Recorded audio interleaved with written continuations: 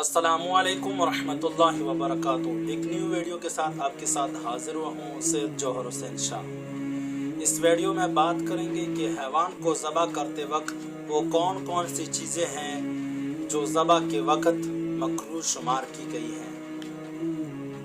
تو دوستو، حیوان کو ذبح کرتے وقت بعض روایت میں چند چیزیں جو ہیں مکروہ شمار کی گئی ہے۔ ان میں سے پہلا چیز، حیوان کی جان نکلنے سے پہلے اس کی کال اتارنا۔ نمبر 2، حیوان کو ایسی جگہ ذبح کرنا جہاں اس کی نسل کا دوسرا حیوان اسے دیکھ رہا ہو۔ نمبر 3، رات کو یا جمعہ کے دن ظہر سے پہلے حیوان کا ذبح کرنا، لیکن اگر ایسا کرنا ضرورت کے تحت ہو تو اس میں کوئی کراہت نہیں۔